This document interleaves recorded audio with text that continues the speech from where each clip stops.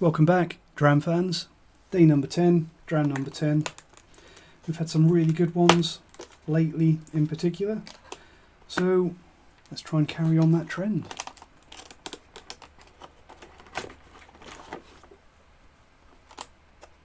Just noticed that I just noticed that you can kind of see the labels through there. Let's not do that.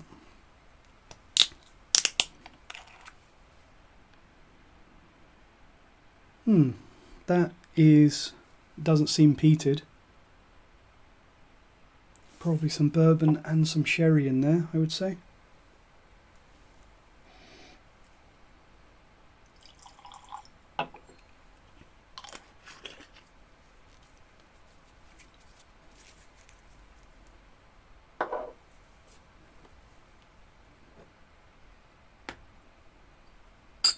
I am actually balancing that water jug on the corner of my laptop because I like to live dangerously.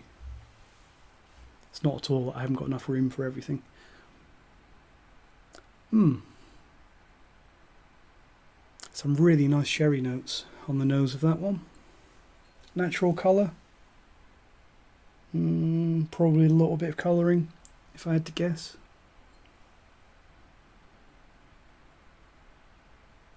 But there is some really nice oakiness on the nose of this one, and some nice oak spice, a little bit of a sawdust animal bedding note, but lots of really nice juicy fruity sherry, really nice sweet orangey sherry. So probably like Oloroso seasoned American oak casks. Possibly a little bit of European oak, because I'm getting that bitter sawdust, slightly more dry, bitter oakiness, which we often associate with European oak.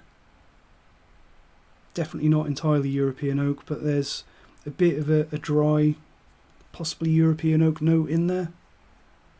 Very nice and light and playful though. And actually quite a nice change from some of the heavy peaters that we've had quite recently. It's more of a normal Scotch whisky. A little bit of a reset. Sweet oranginess, kind of like an orange wine gums note. I don't actually know if they have an orange wine gum. I haven't bought wine gums in years, but it's like an orange jelly sweet. Let's see how it tastes.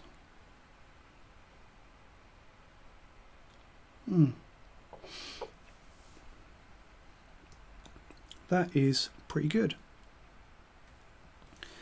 Again, lots of sweet orangey maltiness, creamy sweet American oak, good oakiness, adding some good body, nice and mature. I would guess probably like 12 to 14 years old, nice and mature.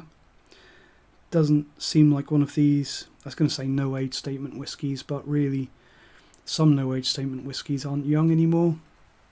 But it's not young whiskey, it's not overly young, and it shows some good casks.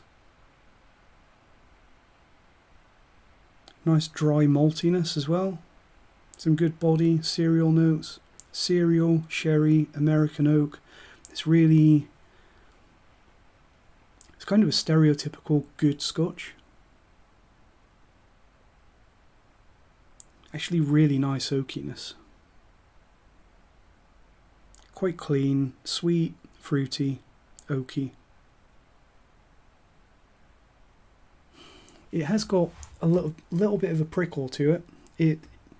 I think this is probably a 46% whiskey, but if it wasn't for that, I think if this was a little bit of a lower strength, it would be the perfect beginner's whiskey, the perfect thing to give someone that's looking to get into Scotch, because it's really a very pleasant, sort of all-rounder, jack of all trades, very pleasant, inoffensive profile. I'm not sure that a beginner would get on with the amount of intensity on this one though.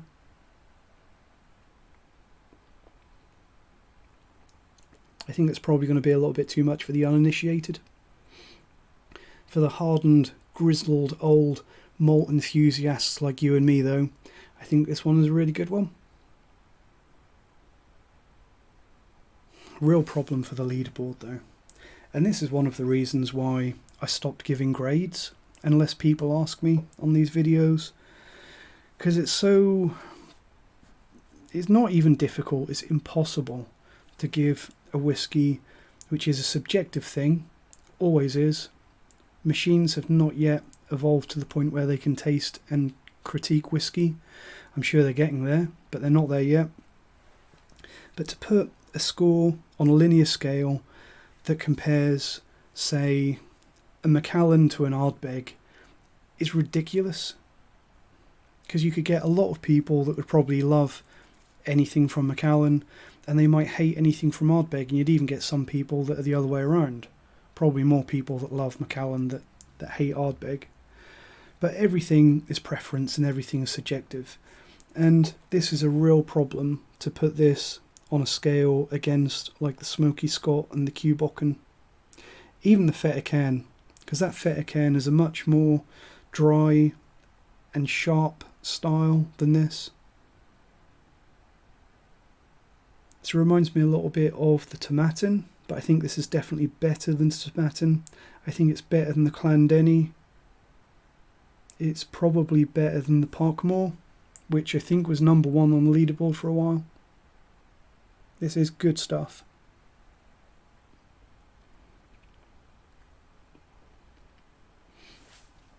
Lovely orangey musty sherry on the palate.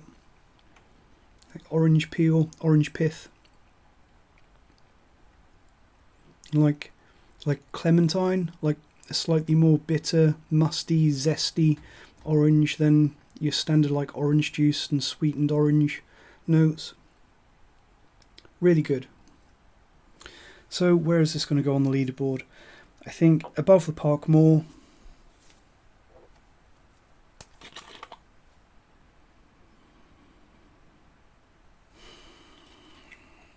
I've got to have a little bit of the Fettercairn to do a proper comparison here. But I've made a mess.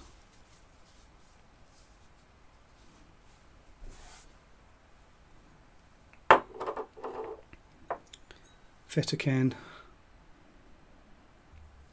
I think the Fettercairn takes it. I think this new whiskey, it's going to go above the Parkmore, below the Fettercairn. So that's number 4 on the leaderboard. So it's another good one. So what have we got? Tobermory. Tobermory 12-year-old. So that's a 46.3, isn't it? Yeah. As with all, or almost all Distel, there was that one Bunnahabhain that they tried to put out at 40%, I think, which made everyone lose their stuff. But Tobermory 12-year-old, it's the standard unpeated expression from Tobermory Distillery, so the same people that make Lechig 10 and Lechig 18. And I'm kind of surprised about that, because I never really rated Tobermory 12. I've never enjoyed it that much. I haven't had it for probably over 5 years now, but I always found it a little bit spirity and immature, and it was kind of my least favourite thing from the Tobermory Distillery for a lot of time. But that is pretty good. So possibly, it's possible that my tastes have changed, but in this case I don't think so. It just seems like that is a better whiskey than what I tried 5-10 years ago. So well worth a place at number 4 on the leaderboard. I think it's the maltiness really that does it for me, and I don't remember that being there at all on a Tobermory 12. I remember it being quite young and quite harsh and spirity, but that is very respectable. Lovely dense maltiness and some really nice sherry. If I remember rightly, and they might have changed this since, but I think Tobermory 12, they mature that in bourbon casks, Oloroso sherry and virgin oak. I think they added some virgin oak in when they went from the old 10-year-old to the 12-year-old, I think. And that virgin oak, if that is still what they're using, that might be responsible for some of that dense woodiness that's giving this some good body. But I'm definitely enjoying this a lot more than I've ever enjoyed Tobermory 12 in the past. Which is possibly one of the beautiful things about blind flights and about these calendars, because I had no idea this is a Tobermory 12, and I probably wouldn't have bought a sample of Tobermory 12. So to be able to try this blind and without any prejudice and be able to judge it objectively with sort of fresh taste buds, it's been a really good thing. So let me know what you thought of this one, the Tobermory 12-year-old, and do you think it's improved? Because this is definitely not what I remember from Tobermory. Thanks for watching, see you tomorrow, and cheers.